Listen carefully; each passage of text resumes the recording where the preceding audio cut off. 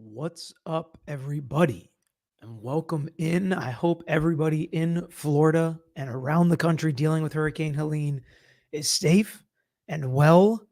And I hope that if it hit you hard, that it will be very, very soon before things are back to normal and cleaned up with power and water dissipated. We are going to talk a little bit about the hurricane, probably closer to the end of the video, but we're going to focus on the very first hearing with a new judge in Brian Kohberger's case. We're in Ada County, new judge, new courtroom, new rules, and some things may be changing right off the bat. So we're going to focus and see what we can learn, see if we can understand how this judge is going to run this case. I did come down with something yesterday, so I'm pushing through dealing with that, but we'll get through the video and I'll answer all of your questions. But I'm really interested to see how this judge is going to handle things because I think it's going to be a change, especially for Kohberger and his team.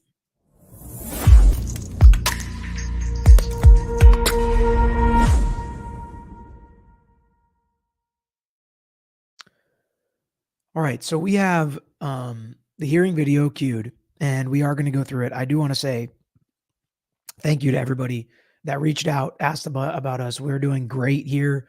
It honestly, there are a lot of people affected so much worse than we are. It seems like in our area, the storm surge, the water just coming crushing in was the worst part. Frankly, we've had thunderstorms with more rain just recently.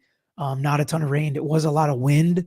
So we had some branches down. I'll kind of go through our timeline of what we went through and kind of what it was like yesterday and last night at the end of the video. But I just want to say thank you and report back that we are all doing so great. We're so blessed and thankful for the protection, but it's always, I've said this every time we have a hurricane, which seems like we go through this every year together as a channel, that we didn't get hit hard. Other people got hit so hard. So anything we can do to help any causes that, we can support with hurricane relief, please let us know. We're always looking for those and always doing that.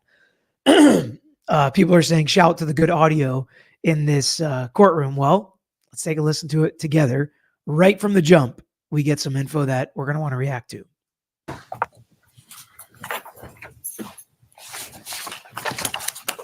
All right. Good afternoon. This is State v. Kohberger. I want to go over the appearances this afternoon on behalf of the state. Would state attorneys please represent themselves for the record? Thank you, Your Honor. My name is Bill Thompson. I'm the Lake County prosecutor. This is Ashley Jennings. She's my senior deputy. And then we have Mr. Nye and Ms. Beatty from the Attorney General's office. And then we have victim support staff with us. All right. Thank you. Yes, sir. So before we get to the defense, I heard that there might be a new prosecutor on the case, which that would be weird. Definitely not something that has to happen because you change venue. I haven't heard anything in this hearing or read any documents myself to say there's a new prosecutor. So right now we're going to just continue forward as if they're going to continue being the prosecutors on the case. If that changes, if anything official comes out, let me know. We will react to it. We'll look into the new prosecutor, see how we think that'll change things. Defense. Ann Taylor, attorney for Brian Kohberger. Elisa Massa and Jay Logston, counsel for Mr. Kohberger as well. Thank you. All right. I'd like to tell you I'm happy to be here, but why start with an untruth? I am. Well, good morning to you too, sir. He said, I'd like to say I'm happy to be here, but I don't want to start with an untruth, which is AKA a lie. So he's not happy to be here, which I think is kind of weird. Okay. So first off, I get it. There are tough cases. This is one of them. Maybe a judge doesn't want the backlash, doesn't want the media, doesn't want the attention. That should tell you we may be revisiting some cameras in the courtroom. We may be revisiting some things that they have in place that have made this so open to the public and allowing people to be involved. He's going to talk about the gag order. He's going to talk about Brian Kohberger being in street clothes. So we'll hold for that. But he's letting everybody know he doesn't want to be here. And I'll just tell you, a lot of people kind of loved that for some reason on Twitter, and they were tagging me in it. I don't personally. He seems like a no-nonsense judge, straightforward. I think he's going to be really good for a lot of aspects of this case. But it's our job, okay? And we're lawyers, and we do things that a lot of people would never want to do, and it's difficult, and we deal with difficult cases even on this channel. There's a lot of people that would never talk about and that don't want to talk about the cases we talk about, and I don't fault them for that. I get it. But we choose to talk about them on this channel and discuss some very difficult things. He's a judge. He knows that he could be appointed cases from time to time that are very difficult. he could be appointed cases from time to time that, or assigned cases from time to time that have a lot of media attention, have a lot of backlash. And frankly, I don't love the fact that he's saying he's not happy to be here. And maybe happy is the wrong word, but he's ready to work, and this is a case that he's going to handle. It's his responsibility. He's got to do everything he can to make sure justice is served. We may not all like it or think it all looks the same, but that's his job to make sure that this is a professional, moving environment where justice is served at the end of the day. And I think based on the decisions he makes and things he says in this hearing, that he absolutely is on board with that. I think if he could go back potentially, maybe he wouldn't say that, because I'm not going to judge him based on that comment. I'll just tell you right now. We are not going to judge that judge based on that comment. We're going to judge him on his actions, how he handles the case, the decisions he makes, how he treats people in the courtroom, how he treats the lawyers, the defendant, the victims, how he makes decisions, what he bases his decisions on. We're going to do it off of his actions and totality of the circumstances, not one comment. Because I also saw some people just striking this judge basically on that one comment. We're not going to do that. Give a little grace, right? Everybody deserves a little grace, even judges, even tough judges. Even if it doesn't feel like they're giving a lot of grace, they still deserve it. And overall, I think he's going to push this case. He's professional. I think he's going to do things the right way and do things the best that he can, which is all we can really ask for judges. So let's continue listening. But I did think that was a big point right off the bat. Don't necessarily love it, but let's keep listening. Accepting of my responsibility to be here. I want to go to be here, but why start with an untruth? I am accepting of my responsibility to be here. I want to go over with you some expectations of mine, given that I don't think any of you, other than Ms. Massoth, have appeared in front of me before. When you file memorandums of law, briefs, etc., please provide a Word copy by email to my staff attorney. After today's hearing, you may get that from staff here today. So just kind of an interesting side note there, just programming. He's like, a lot of you guys haven't practiced in front of me. Let me tell you how things work in my courtroom. Every judge does things a little bit different. Every county does things a little bit different. Clerks, JAs, sometimes we have to mail them. We still sometimes have to deliver hard copies for some of the old school judges for certain things. And so every judge does things a little bit different. I really appreciate the fact that he said, hey, guys, some of you are new here. Make sure you do it this way. As opposed to some judges, I've had judges that just let us do it the wrong way because we've never practiced for them before. And then they'll say, you did it wrong. And they'll make us guess or go look for it or do this, that, or the other, jump through hoops before we get to file it the right way. And all they did was waste time. They're not going to strike a pleading because of that. This judge right up front, I appreciate it. Today, I know there was an issue that was brought up with respect to Mr. Kohberger's attire for today. I did issue an order yesterday permitting him to appear in civilian clothes for this hearing only. That is a matter in terms of future hearings that we will take up in a closed hearing the day of, but in advance of whatever our next hearing date will be. So although he's in street clothes today, that is not an order that's going to just stay in place like it was for Judge. That could be a very big difference. And I promise you, Ian Taylor and team will be pounding the table for him to be in street clothes. Because again, I don't know. This judge is kind of seeming tough. He's kind of giving indications. Maybe he's not going to let him be in street clothes. The victims in the case have come out very loudly against him being in street clothes. They want to see him in an orange jumpsuit until he's at trial. But Ian Taylor was able to just produce enough information and evidence to get this case and this venue changed. That's a big deal. That's a higher bar than just having your client sit here in street clothes. So if she had enough information and potential bias and poisoning and potential jury pool to get the venue changed, it would kind of surprise me if she doesn't have enough evidence and information to get him to be allowed to stay in street clothes, even in future hearings. Because I would expect her to bring the same evidence, the same experts to say, even in Ada County, because that's why it was so important. They didn't say, hey, nobody knows about this case in Ada County, right?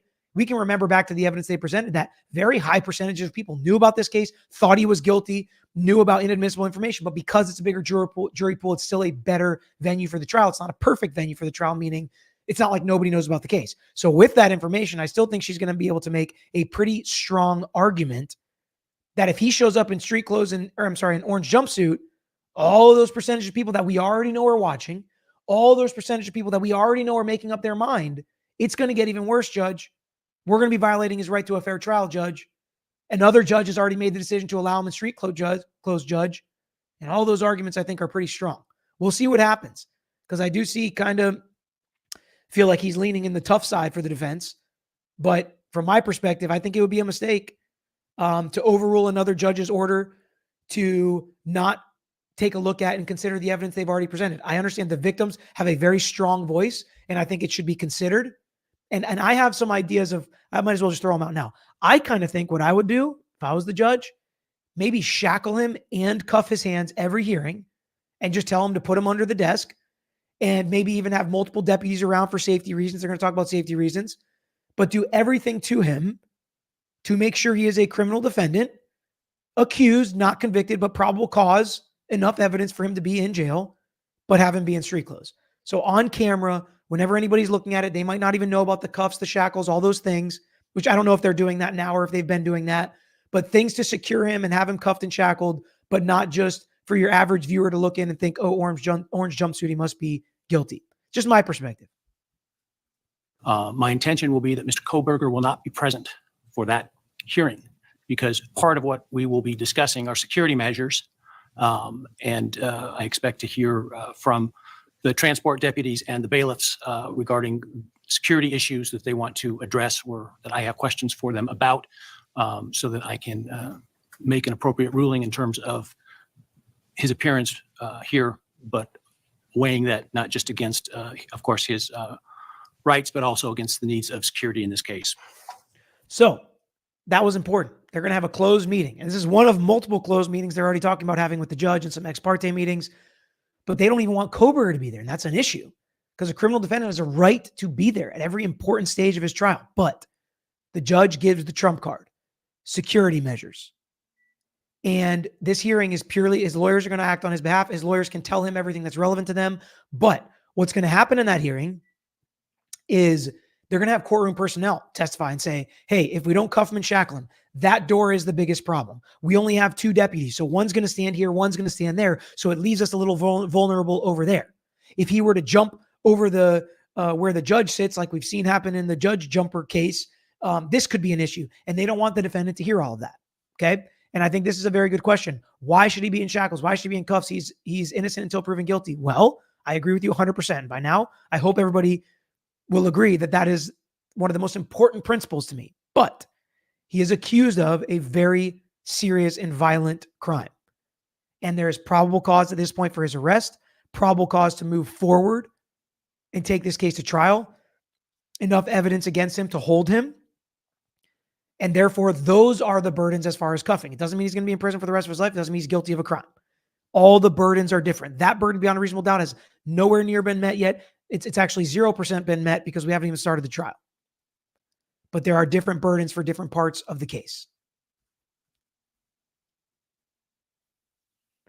Susan said, Peter, why does he want, or does he want it in Word so he can copy their findings for his response? So that could be a reason. Maybe he throws it into an AI program. Maybe he throws it into a legal research program to shepherdize it. There's a lot of different reasons you could want it in Word. But yeah, that's how he asks for it. And there's no problem with that, in my opinion.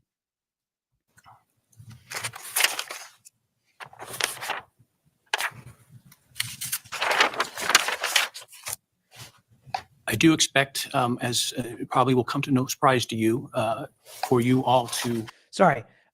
Crafts and Crime said they went to this hearing yesterday and he was in cuffs and they take him off the table. Yeah, I would potentially say, if we're worried about security and things like that, keep him cuffed the whole time and just put your hands under the table so nobody viewing can see you. And maybe that'll also placate the victim some. Say, listen, we agree with you. He's a criminal defendant. And we're going to keep him in cuffs, but because we don't want to have an appellate issue or have everybody thinking he's guilty or an unfair jury, we're going to let him wear street clothes. Some kind of balance. I'm all about balance. Get along. I understand the stakes in this case surprise to you. I do expect, as it probably will come to no surprise to you, for you all to get along. I understand the stakes in this case are as high as they can possibly be in any case, but you are professionals. You have taken oaths, both as of officers within your jurisdictions, but also as attorneys before this bar. So I expect at all times for you to remain civil to one another, that you not engage in personal attacks, ad hominem attacks, that you not engage in theatrics, not mistake the facts or the law to the court, and that when you cite arguments in your briefs. If there is contradictory precedent, I expect to see that. I appreciate in advance what should go without saying that I've just said in terms of your responsibilities. But again, I just want to highlight that because I understand when the stakes are high, sometimes victory seems to be the objective when our first objective is to conform to the oaths that we've taken as members of the bar, as officers. So he says, be nice to each other, which we'll talk about, but also, which I think is pretty important, is put in, if there's case law that's against the case law you cite, put it in. I don't want to go searching for it. I like that. He wants to hear both sides. He wants to hear the positives and the negatives. And I think that's really important. But when we talk about the theatrics and the ad hominem attacks and doing everything you can to win versus being cordial and ethical as members of the bar, I appreciate that. I'm glad he said it. I think they should act like that. I know there's been some spouts back and forth, but generally speaking, I got to be honest. This contentious of the case, this serious of a case, I feel like they've done a pretty good job with that.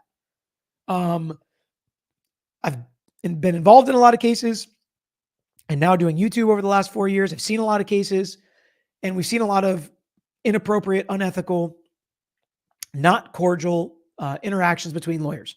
I have not felt like this has really rise to that level. They are contentious. They're battling. They've said some things, and I expect that to continue, especially when you're going to say something like the prosecutor went on live TV and talked about this stuff, and that's how it affected my client. I expect that still to happen, even though it's kind of a pot shot. But maybe it's maybe this judge feels like it's gone too far.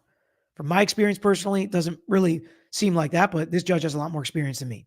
Mercy Cat, lawyer, why would a victim's family attorney advise them not to answer investigators' questions? It's odd that one of the families likes speaking with reporters, but not investigators. So I don't know that he's advised them of that. I don't feel comfortable really commenting on that. I'll say, generally speaking, if they don't feel like the investigators have your best interest in mind, if they feel like the investigators are going to put some blame on, your child who's the victim, if you feel like it's going to hurt the case, there are different reasons for it, but I have not seen this officially reported necessarily that they're just blanket not talking to all investigators.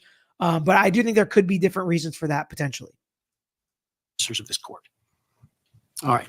I do have some matters with respect to scheduling that I want to go over today, but before I do that, I'd like to hear from you with respect to the matters that you either need to make me aware of or want to make me aware of. The other thing before I do that, though, I do know that Judge had entered a non-dissemination order. That still remains in place.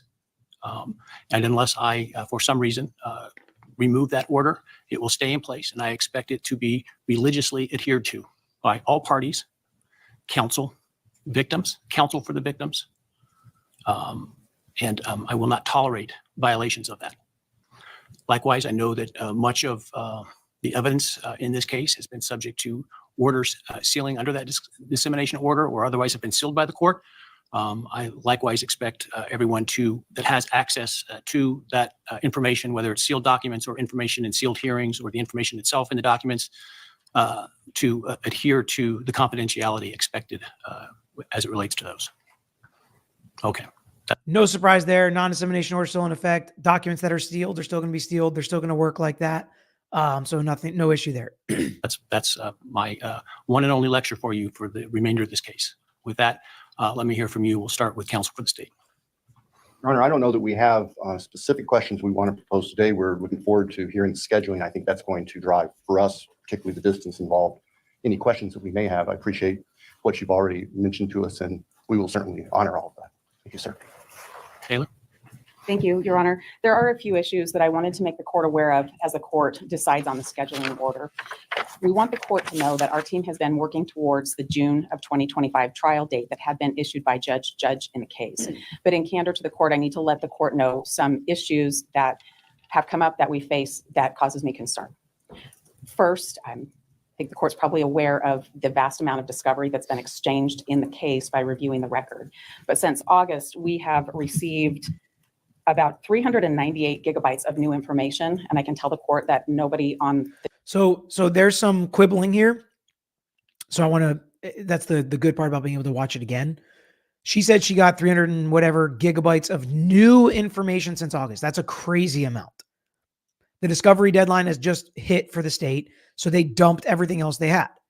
Now, when the state responds, it seems like some of that may be new, some of that may be old, but then they say we're going to rely on what Ann Taylor says. So when we hear that, I want you to remember this is what Ann Taylor said, that it's 300 plus gigabytes of new discovery and information, which we knew if something like that happened, it was going to create a situation where they were going to want to continue and delay the trial because they've already said with what they have, it's going to be hard to hit that date. The team has read every bit of that yet. So there's a vast amount of discovery to continue to go through, and I wanted the court to be aware of that. The second thing is that during the course of this case, we had an expert that we were working with, and that expert passed away. We have been able to refill that role, to have a new expert to do the work that that expert was hired to do, but we are not progressed to the point that I'd hope to be through no fault of the new expert. The court should be aware of that as well. And last, as the court is very well aware, the system of delivering public defense is changing next week. As appointed counsel in the case, I do not have a contract yet. Nobody on my team is under contract for this case. I'm concerned about what that means, and I thought the court should be aware. Further, we have been able. So two major issues, right? Maybe not new prosecutors yet, maybe new defense attorneys. I can't understand how they could do that, but crazier stuff has happened. And now you realize in the public defender world, it's very different than the private world because it's just like they could just disappear at any moment if their contracts are not renewed. That would obviously create a delay. I don't know how there's any way around it if there's new public defenders. Hopefully there's not. Hopefully we don't have to deal with that. And it doesn't seem like any of them want off the case. Hopefully they're not leveraging this in their contracts or anything like that. But that's number one. Number two, an expert they had passed away. They had to get a new expert. Obviously another reason for a potential delay. But I mean, it's September, right? Trial date's in June. Normally speaking, normal cases, like that's plenty of time when you're this far into the case. We'll talk about that more as they talk about how long things are going to take. But it's like at some point, there has to be a deadline. There has to be a cutoff. There has to be an end to this stuff. Contract with the office, Stephanie, good question. So the office is just contracting public defenders, state paid, government paid lawyers. If they don't get their contract renewed or they're not the public defender anymore or working there anymore, obviously they're not going to keep this case unless he can pay them privately. I also saw some people asking, what is a mitigation expert? A mitigation expert is if it's a death penalty case. So if he is convicted, there is a penalty phase of the trial. Mitigation experts will talk about why he should not get the death penalty and mitigate that sentence. Mitigate is the opposite of aggravate. So you've heard of aggravated charges, aggravated sentences, aggravated assault, things like that make it worse. Mitigate is to make it less. And they have experts that explain why, based on his psych background, family, arguments, facts of the case, whatever it may be, why it should be mitigated, his sentence. To access funding to help us prepare this case through Idaho Criminal Rule 12.2. At the current time, we're working with about 25 experts and investigators to prepare the case. I don't know if 12.2 will continue to be the way to get funding for those experts and investigators, or if that's changing. And I thought the court should know those things. Thank you. I got to be honest. Okay. I'm all for defendants' rights, all for defendants' rights, all for a fair trial. I am flabbergasted at the amount of time and money that is spent on this case. I want him to get a fair trial. I want every criminal defendant to get a fair trial. But with 25 investigators, with all this money, all these lawyers, all these resources committed to him, why can they not get this thing to trial? And if the state just gave 398 gigabytes, that sucks of new information. And if they can't get through it, then fine. How long is it going to take you to get through it? Let's give the continuance and then let's have it be done. And every lawyer's on a deadline, right? Even me, a private lawyer in civil cases and criminal cases, you can't just extend this stuff forever. There has to be cutoffs. Even if it's really hard, you got to be like, no, you have to be done by now. And guess what? I won't say always, 99% of the time, I can get it done by those deadlines. And I really think at some point, they can't just keep saying, well, it's a lot, just a lot. We have this issue. It's like, no, you know what? Too bad. Get it done. And every criminal defense lawyer, when you say too bad, get it done, myself included, will say, well, okay, judge. But if you're not allowing me enough time to fully prepare for this trial, it could be an appellate issue. And guess what? That basically comes up in 90% of cases anyways. But I do think 25 investigators, all these experts, 25 investigators / experts, I don't know what the breakdown is, all these lawyers, all these resources, they're giving him every opportunity to present this case fairly and in a timely fashion. So, and I think that's good. And I think that's how, I don't want to say I think that's how it should be, because I definitely don't think every defense needs 25 experts and investigators. And as much money has been spent on this. But I do think that just like Sarah Boone lost her right to appointed counsel at some point, there is a limit to these constitutional rights. I hope we don't get there. I don't want us to get there. Okay. Because I don't want to put criminal defendants in a situation where they're behind the 8 ball or getting railroaded. So I like to see a case when they're not getting railroaded, but I don't want this to be the norm where people say, well, if I don't get this, then I'm not having a fair trial. Because I don't think it's necessarily that. Yeah. As Sleuthy Goosey said, Richard Allen in Delphi, Indiana is dying for those resources. It breaks me inside to think about what's happening to him, which is why I hesitate to say anything about the shake they're getting in this case, because I do want every criminal defendant to get a fair shake. And I think Brian Kohberger is getting one, which makes me feel good that he's getting a fair shake so that if he is convicted, everybody can feel confident in that conviction. Thank you. So I am hopeful that Mr. Frederickson will ensure that the contract is available for you and your team next week. I have no control over that, of course, other than to, as it relates to who I permit to withdraw from this case or not withdraw from this case. As to 12.2 funding, my understanding is, and I've had a discussion with Judge Munson, who has been serving, as I understand it, as what we refer to as the money judge. I've asked him to remain in that capacity, at least through the transition to the state public defense system in next week on October 1. My understanding is, and perhaps I will come to find out something different, but that once it goes to that system, 12.2, as it relates to public defense funded attorneys on contract seeking 12.2 funding, that's no longer a thing, that would come through the state public defense budget, essentially. I guess we'll find out if that becomes a problem down the road, but that's my understanding, because that whole system that 12.2 is based upon is coming to an end. So given your statement about the trial date, my proposal to move this case forward into May is probably not going to land well with you, but that's what I wanted to talk about, is the timing of the trial. I'm concerned. So he just said there that him moving it to May is probably not going to sit well with you. He's already picking up what they're putting down, that that they want to continue the trial. So now here's one of the big parts of this hearing is the new trial date that this judge is proposing. To talk about is the timing of the trial. I'm concerned with a trial as currently set for a number of reasons, but first I want to find out from you, as you sit here today, what that trial looks like in terms of the number of weeks of trial, starting from after a jury is selected through the end of the evidence and before any potential sentencing phase. So what are your estimates of that? Your Honor, I think it would be a fair estimate based on what we know at this point to have a month and a half or perhaps a bit more just for the evidence for the guilt phase of the trial. I say that knowing. But is that just your evidence, or does that include defense evidence? Well, I was just getting ready to say, I say that understanding or acknowledging that Ms. Taylor has estimated 2 to 3 months total. I do not know. We do not know what the defense has in mind for their case right now. So all I can speak to is what we anticipate for ourselves. But I would think the state's evidence in chief should be able to come in a month and a half. Okay. Ms. Taylor? Your Honor, we estimate 4 weeks for the defense portion of the trial case. Of the guilt phase? Yes, Your Honor. So 10 weeks.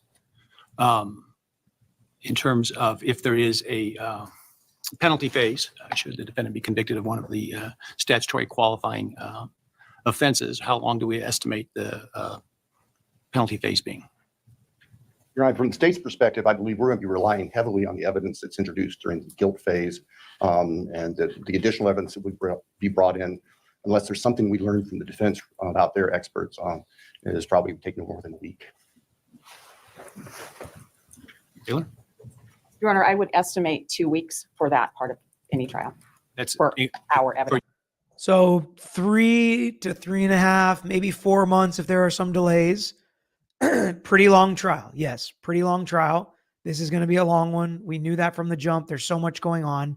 And there's also, this should let you know, right? Because think about all the evidence you know in this case. And my guess is the 5,000 or 6,000 of you that are in here have been following this case religiously and know a lot about it. I feel like I've been following it pretty closely as well. I know I see Sleuthy and some other people talking about Delphi. I'm really interested in that case. I haven't been following it, so it's hard for me to jump in with all the craziness going on. I will absolutely cover the trial when we get there, and do recaps and reactions to it. But from this perspective, think about all the evidence you know about this case. As an outsider, we are outsiders, whether we like it or not, to the inside of this case. How long would that trial last? Everything I know, I would think it could be a 2 to 3 week trial, which lets you know there is so much that we don't know. There is so much going on in the background. And I think the judge even mentions it later.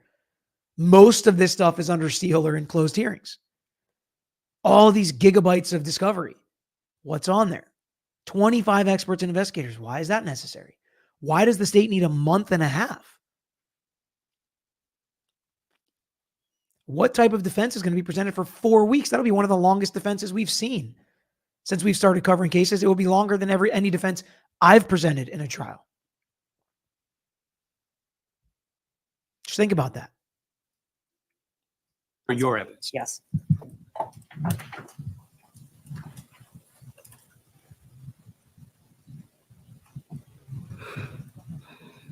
Okay.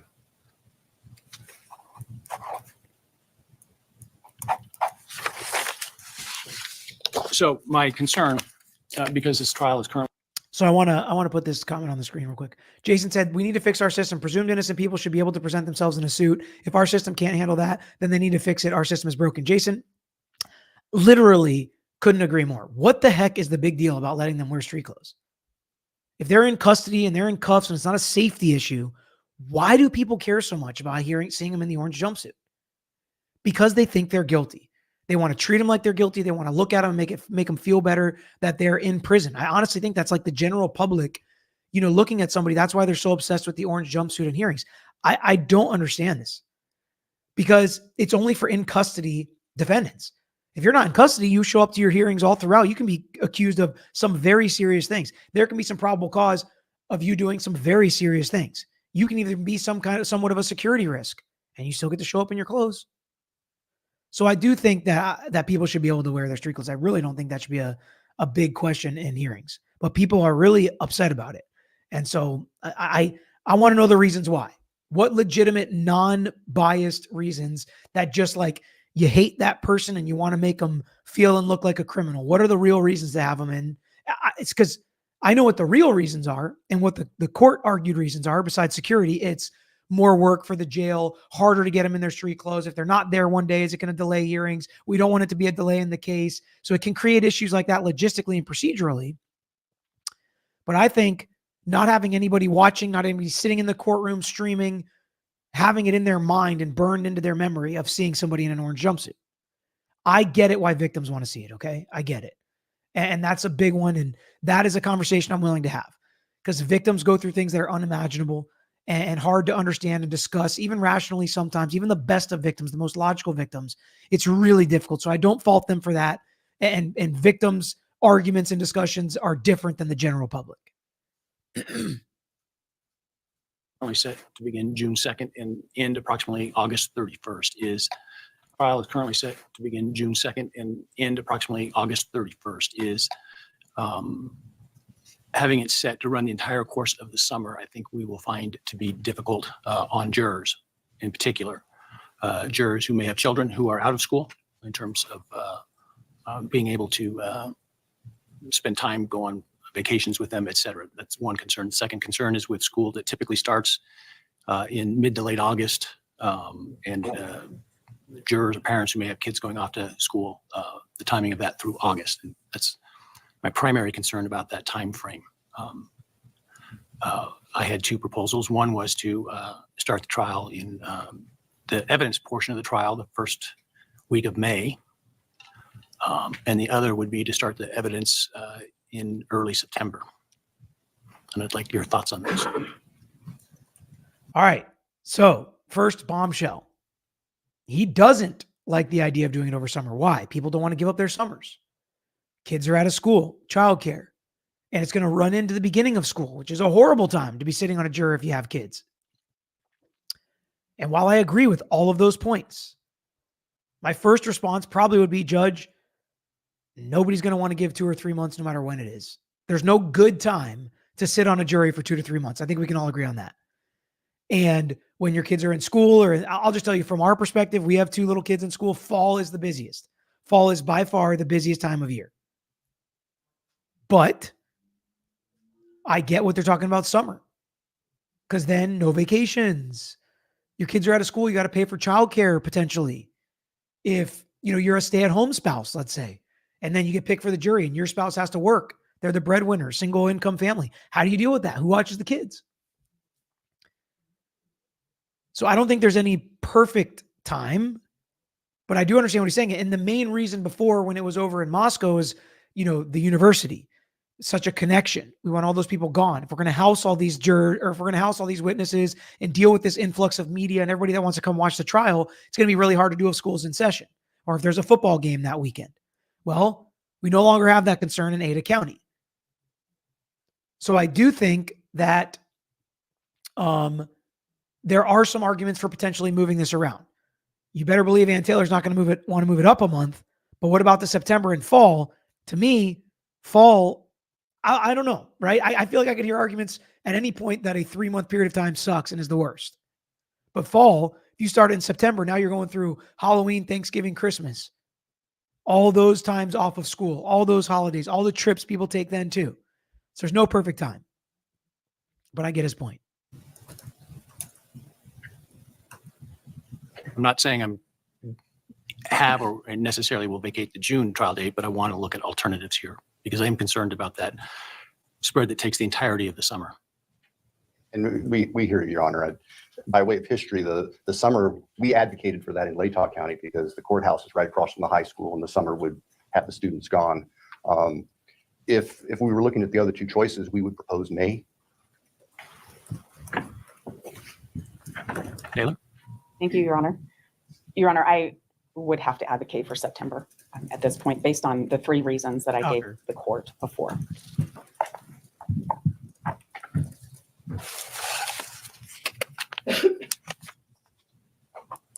So I'm not going to worry about the public defense change because I think that will take care of itself. Meaning he thinks they're going to be on the case. He doesn't think that's going to be a big deal, which I agree with him. I really hope that's the case. I do not want that to become an issue in this case. That would really suck for literally everybody: the taxpayers, the public, the victims, the defendant, the state, the judge, the trial, everybody. That would suck for if they didn't renew her contract. But of course, she wants the September date. It'll build in a little continuance for her. The one thing that you brought up the most, I mean, I understand there's a lot of evidence, but May is not tomorrow. May is many months away. So the one that concerns me that you brought up is your expert. And I'm not asking you necessarily to give away any secrets prematurely that you may have in terms of defense strategy, but can you help me understand this expert if you're able to, and what their role is and what the prospects are? Your Honor, it's really difficult to tell you much about the expert without giving away a lot. I can tell you that this is a very necessary expert for us to have on board. We've been able to find somebody to fill the role. I'm confident in the person that will fill the role. There just hasn't been enough time to get the work accomplished yet. I know that that doesn't tell the court a whole lot more than what I said before, but I really feel that that would disclose too much for me to say more. I could do so on an ex parte basis or with Judge Monson, our resource judge, but not in a public setting. I understand. Do you anticipate being able to fulfill your obligations for your current expert disclosure deadline that was set by Judge? No, not with a lot of confidence. I think that the work is going to take longer than to meet that deadline. I think those are the types of things that are starting to frustrate me. Okay. If I'm being honest, I think she's a really good lawyer. I think there are a lot of really good lawyers in this courtroom, which makes me happy because I want this case to go well. I want it to be tried well from both sides. But at some point, can't just always be like, I'm not confident I'm going to get to it all.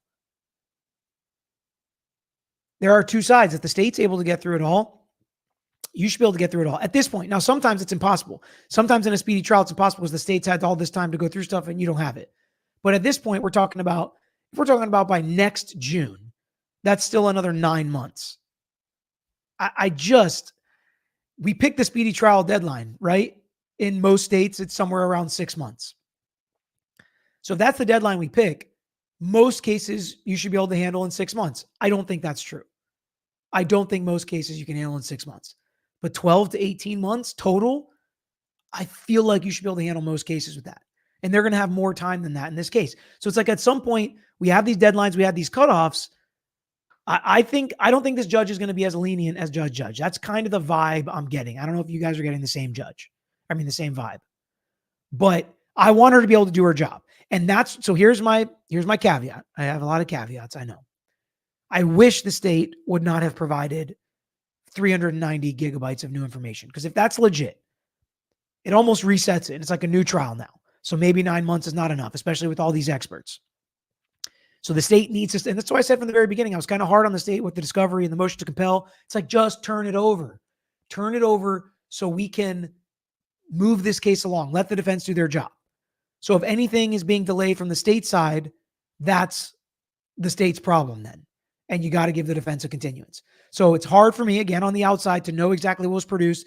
It seems like there's not even agreement between all of them what was produced. So it's kind of hard to say. But at some point, she can't just always say that deadlines that she's agreed to, that she's not going to be able to get there. At some point, she's got to be able to be like, yeah, I can do it by the deadline we all agreed to and that you set, Judge. If we met that deadline, I would have additional information that I would want to be able to present. And maybe I would have been stopped from that with that deadline.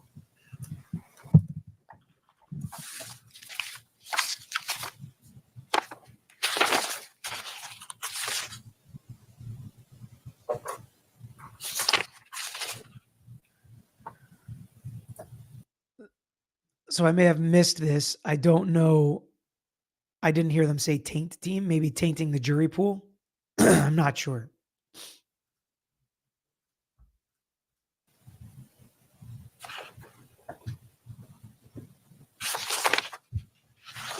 So I don't have a motion to extend that date, obviously. And with the changes that occurred, I understand why you didn't file one out of the box. But the deadline, I think, is January 6th, something like that, if I'm not mistaken, for experts on the defense side. That's one of our deadlines, Your Honor. Yes. I guess the state have anything to say in response? Not knowing the details of the challenges Ms. Taylor and her team are facing, I don't really know how to respond further, Your Honor. What do you think is a realistic deadline for you to be able to disclose your experts for everything? I'm assuming it was January, all save that one expert. But with respect to the expert you had to replace, when do you think you could disclose consistent with the scheduling order? Other than the expert that had to be replaced, Your Honor, there were two separate deadlines. One was for trial experts and one was for mitigation experts. And I believe that I can make that deadline other than that one expert. Can you tell me if the one expert is a mitigation or a trial expert? A mitigation expert, Your Honor. And what do you think you need for that mitigation expert in terms of a deadline? Compared to that mitigation deadline was, I believe it was March. I don't recall the exact date. yeah, so that's a long time from now. So So yeah, the mitigation deadline's not till March. So still 6 months, even with a new expert. I just feel like that's enough time. And you guys know how I am. You guys know how I am, right? I feel like that's enough time. Peter said, some murder cases don't go to trial for at least 2 years. Peter, we're talking to each other here. Sometimes they don't go to trial for like 8 years. Sometimes they drag out forever. I'm not saying that cases don't last that long, but a case we're all trying to push, and it seems like even the defense, they did not waive speedy trial to the last minute. Guess what? I think they've lost all of those arguments. Even though they had to file all those motions to compel, potentially making it an appellate argument that the state is the reason they had to delay this case. I think all those arguments are gone because they've continued to ask for continuances, saying they need more time. One of their experts, and it's not their fault that their expert passed away, but you can't go back and say, oh, they violated his speedy trial rights, therefore we should throw this case out, which they had an argument if they would have pushed this case to trial quickly.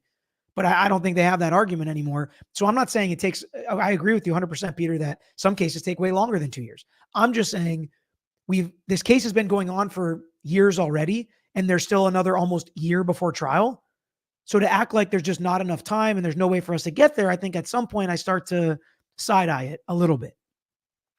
A couple people have asked about the burglary charge. I believe, so a burglary, most people think means going in and stealing something, but the definition of burglary is really illegally entering somewhere with the intent to commit a crime. So illegally entering the house with the intent to commit the crime he was charged with, right? Taking people's lives. So that could technically be burglary too. It's not often added to cases like this. Sometimes it is though. And I think that's what it is. Maybe he did steal something and I don't know about it. Again, there could be details we don't know, but burglary, you don't have to actually go in and steal something or even intend to steal something. You just have to intend to commit a crime. Even some places it's intend to commit a felony therein.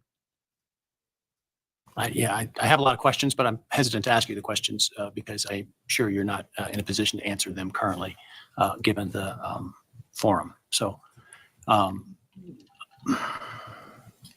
March is a long time from now. Under the time passes very rapidly, and I appreciate the court not asking questions I can't answer. I think if I had an end of April deadline for that one witness, I think we could make that deadline.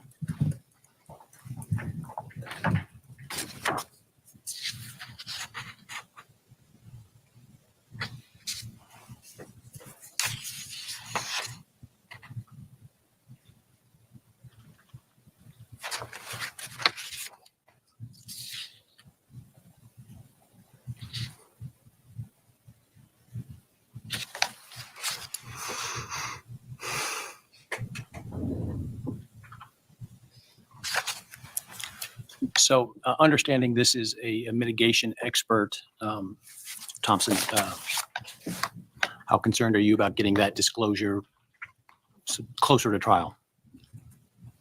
Closer to trial. So basically they're talking about now potentially extending the deadline because they had to change experts. I mean, you see in Sarah Boone, they got an expert like 3 weeks before trial, right? Not the best way to do it, but 9 months certainly seems like enough time. Beloved said, can you explain the difference between mitigation versus trial expert? So trial expert would be somebody like, medical examiner where this is how they died, or it didn't. They died some other way, or a crime scene investigator. One person couldn't have done this because of the timing and, the rigor mortis of the body or the stains on the wall or whatever it may be. And they use that stuff reconstructed. That'll be done at trial to prove whether or not it was him or not him, prove a defense, whatever it may be happens at trial. Mitigation is purely he doesn't deserve the death penalty or he deserves a lesser sentence in other cases. If you have an expert saying because of his mental capacity or because of issues in his childhood or because, different reasons like that to mitigate his sentence, that's in the penalty phase of the trial. So the guilt phase, who did it? Was it him? And if he's convicted, then what's his penalty as a second trial? Was somewhat relative. The end of April sounds like it would be on the eve of trial from the date the court is proposing. I think that would be, I'm not sure that would be realistic. And again, Sorry, I didn't finish my sentence when I stopped the clip. So now the judge is like, state, if we push this mitigation expert disclosure, are you going to be able to handle that? Are you going to be ready for trial? Or is that going to cause delay for you? And he's like, well, I don't know, judge, because if it's like the week before trial and we have to respond to it, get our own experts, maybe do some evaluations and things like that. That's important. That's impossible. And I do agree with him at that point. I agree with the state that, they need some notice to be able to respond to this stuff. I'm not in a position to second guess what Ms. Taylor and her team are representing to the court. She had told us some time back that one of her experts had some health issues. And I think that she did tell us that that person had passed away and they were working on a replacement. If we are looking at a mitigation disclosure at the end of April, I don't know that we could be ready with all the final trial preparation for a May trial. I hate to say that. I feel like I'm cutting my own throat in a sense, but that's realistic. P.S. He's 100% right that no matter how prepared you are for trial a couple months before, that last month is fast and furious. Things are happening. You're getting subpoenas out, having witnesses get sick or can't show up, or even passing away sometimes. Or having major logistical issues, having issues within your office with support staff or with the lawyers that are supposed to try the case with you, getting ready, preparing your direct and cross, preparing your witnesses, discussing the order of proof. What witnesses are you going to call when? Discussing a penalty phase. If we get there, you have to prepare for it ahead of the trial. So much goes on that last month. It'd be really tough if that's when you first got these disclosures. I get where he's coming from.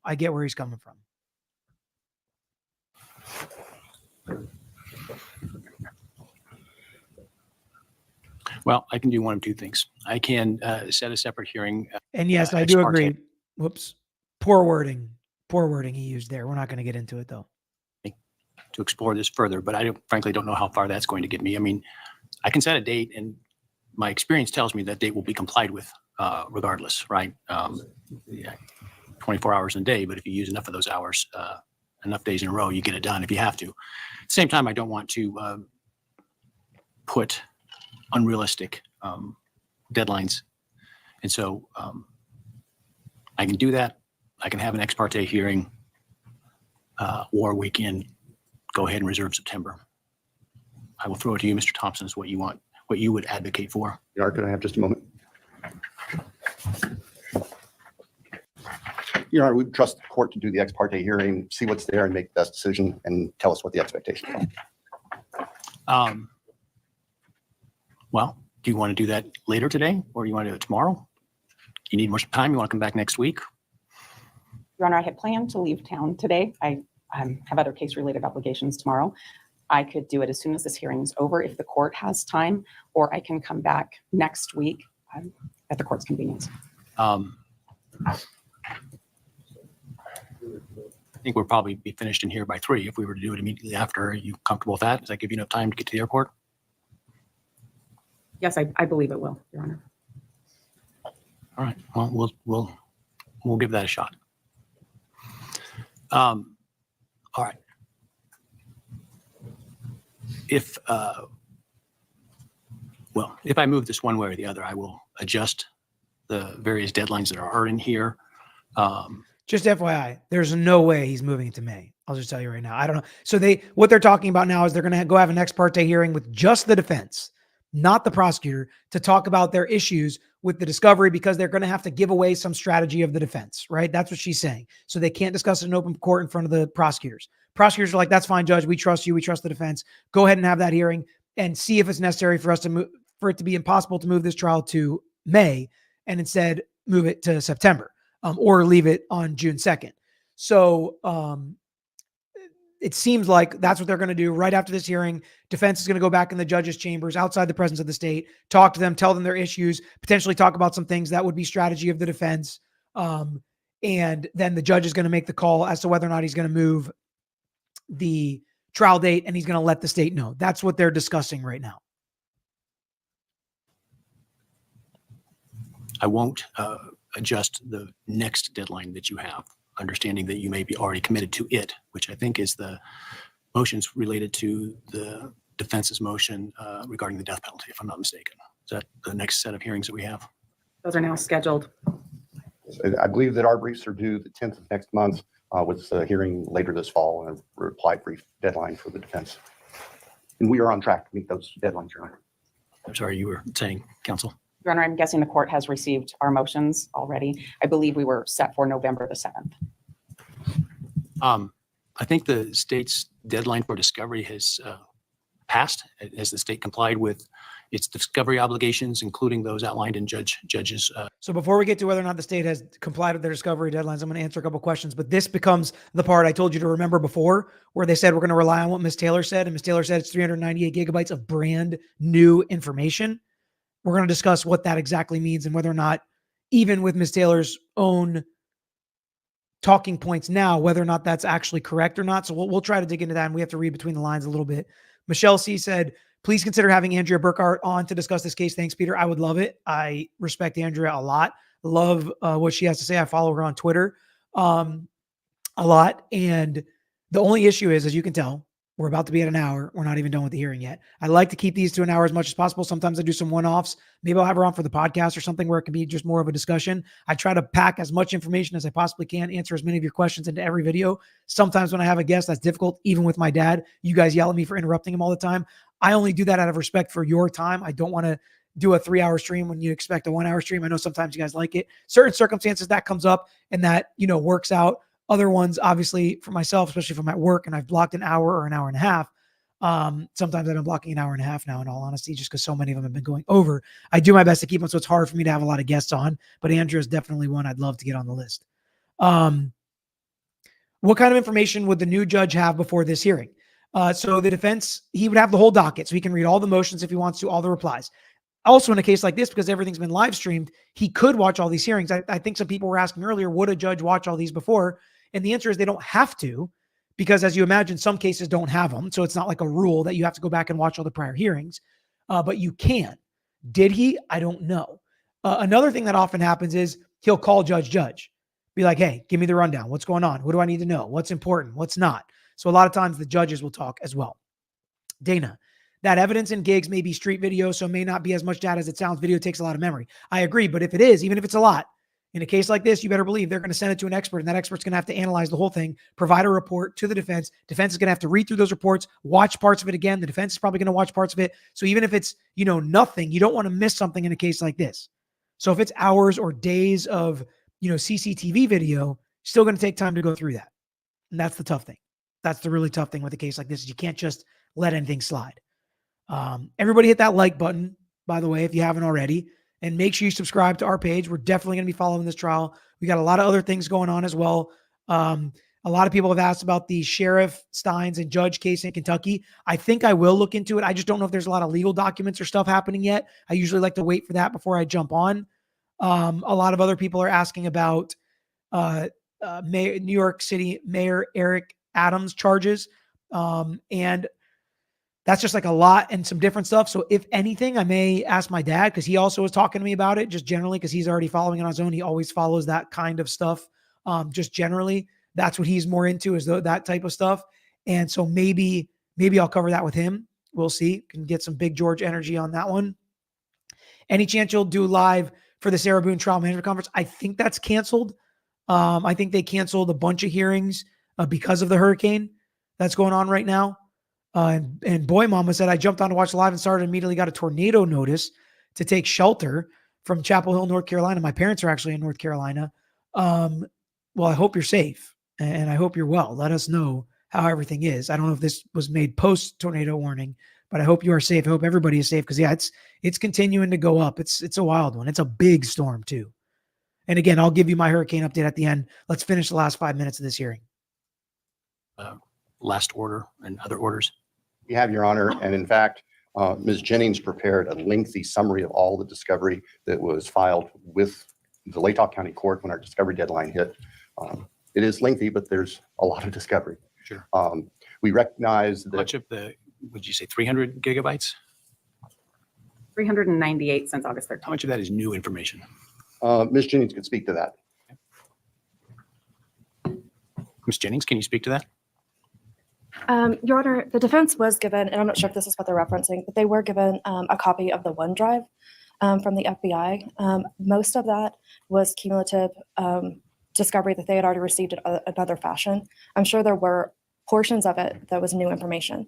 I've not calculated how much of that was new. So I can only rely on Ms. Taylor's, what she's represented to the court on that. So her perspective is, we turned it all over, Judge, in abundance of an abundance of caution. But they don't know how much of it is new. It doesn't seem like they think all of it's new. It seems like a lot of it is repeat, but they're saying, I'm not going to argue with Ms. Taylor. If she says it's new, then I'll say it's new. And from our perspective, we'll just rely on whatever Ms. Taylor says. Now, Ms. Taylor said brand new, 398 gigabytes of brand new information. Let's hear what she says now. Well, I don't think she knows, because it doesn't sound like she's looked at it yet. All of it, Judge. Okay. And she said not all of it, but before, which is why I said, focus in, listen up. What has she said? She said 398 gigabytes of new discovery. But the judge is paying attention. Smart judge. Indication of a smart judge. I like this judge, by the way. I think he's going to do a really good job on this case. I think he's going to be a little stricter. I don't think Judge was like a pushover. I just think his demeanor was a little more laissez-faire. And this guy seems more militaristic, if anything. So I think there'll be a different in vibe, but I still think he's going to try to make sure the defendant gets a fair trial, as every judge should. He's going to try to move this case like Judge wanted to move it. Some things were outside of his discretion. I do think Judge had a less of a filter. It's almost like if he thought something, he would say it. I don't think this judge is the same. Maybe he is based off his first comments. But yeah, Ms. Taylor has clearly not looked at it all. So she can't really say it's all new information. She's going to have to look at it all. And if it is brand new, it's going to take more work. If some of it's brand new, it's some more work. If none of it's brand new, it's no more work. So we need to know that before we're just continuing trials willy-nilly. All right. Well, I will talk when we're finished here with Ms. Taylor without the state present in a closed hearing. What else do we need to talk about today, or do you want to talk about today?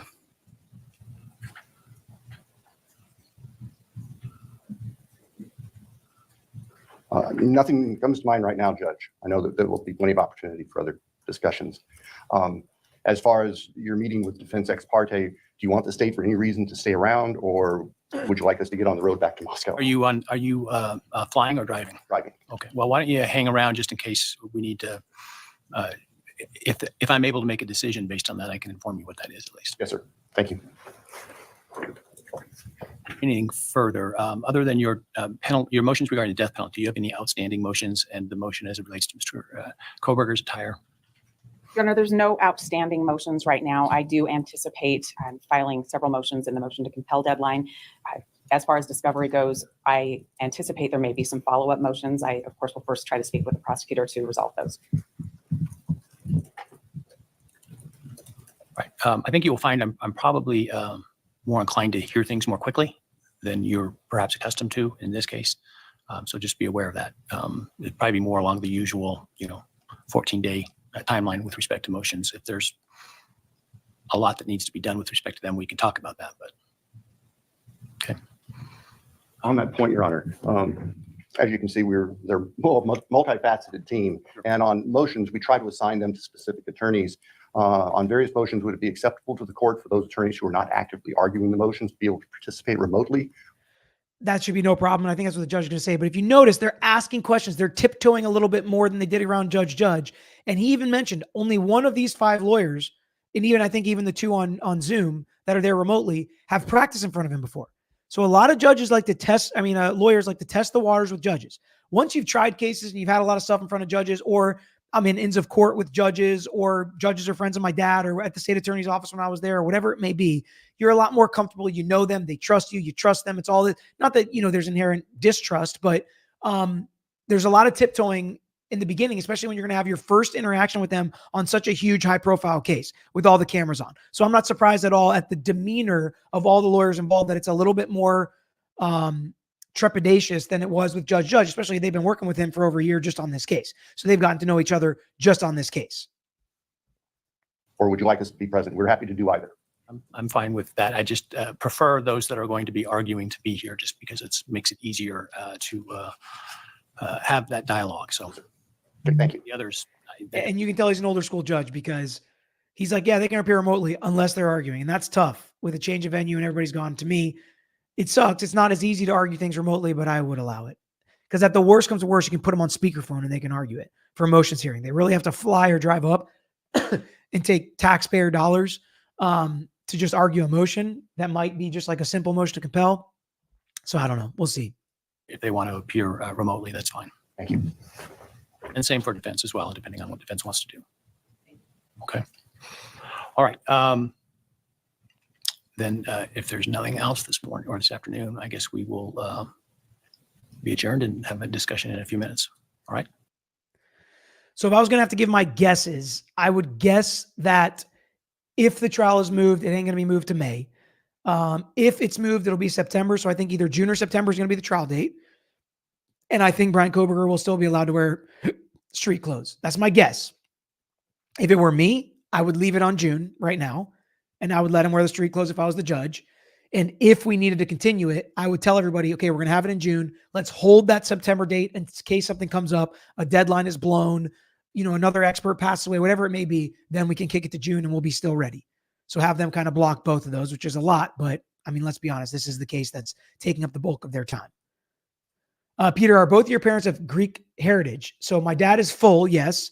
My mom is half Greek, half Italian. So they both are of Greek descent, but I've got a little Italian in me too. Okay. I don't see a ton more questions on Kohberger. So if you guys are going to bounce, I appreciate you being here. Please hit the like button before you bounce. I'm going to give a little rundown just of kind of what's going on with the hurricane. So we own a condo in Tallahassee where I went to college, and I go up there for a lot of games and stuff. And it was supposed to smash Tallahassee. Apparently It did not hit it that bad. We had flooding from other storms and rains in the past in Tallahassee in our condo. Didn't happen this time. It's a first floor condo. Didn't happen this time. Thank God.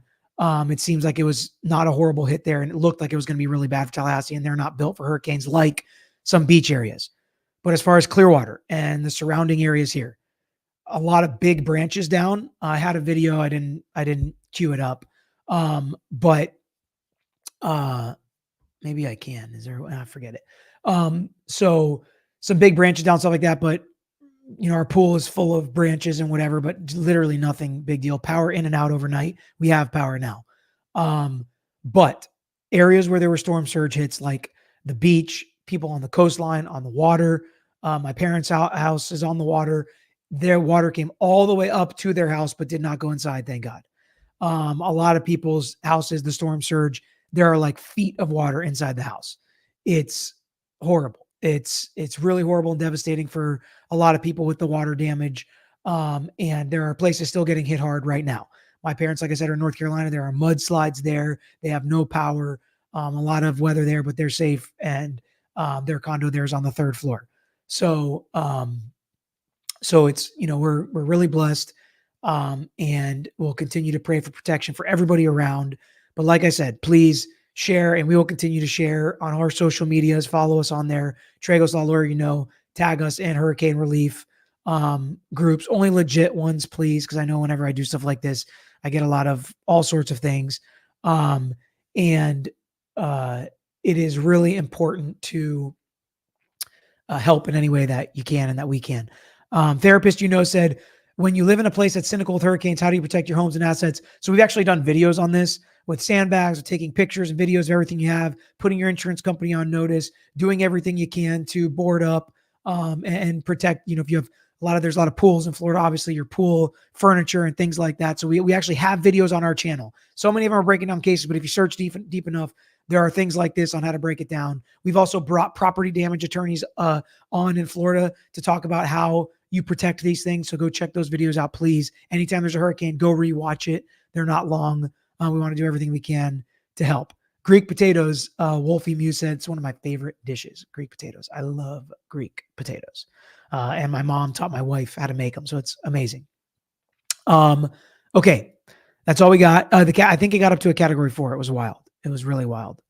But that's all we got for this one. I'm going to go rest the voice a little bit. Thank you guys for joining me. Please hit that like button, subscribe to our page, and we will stay on top of everything. So Monday, please hit that reminder bell. Monday, we're going to get Whitney's take on Sarah Boone, some new information on Sarah Boone, and I go deep into exactly how I would defend her. What would be my defense for Sarah Boone? Monday, 8 a.m. podcast. It's going to put up on YouTube as well at the same time. Make sure you guys check that out. Thank you for continuing to support the podcast. Until next time, I am out of here. Thanks for watching another episode of The Lawyer You Know. If you enjoyed the episode, please hit the thumbs up and share with your friends who may be interested here on YouTube. And don't forget to subscribe. You can also follow us on Instagram, Twitter, Facebook, and TikTok. And don't forget to check out the Lawyer You Know podcast with new seasons dropping every quarter. If you have a case you want to talk to us about, if it's a personal injury case, wrongful death, catastrophic injury, car accident, or slip and fall case, please email us at lawyeryouknow@gmail.com. And of course, all these links I just mentioned are included in the description below on this episode and every episode. So until next time, this is Peter Tragos, the Lawyer You Know.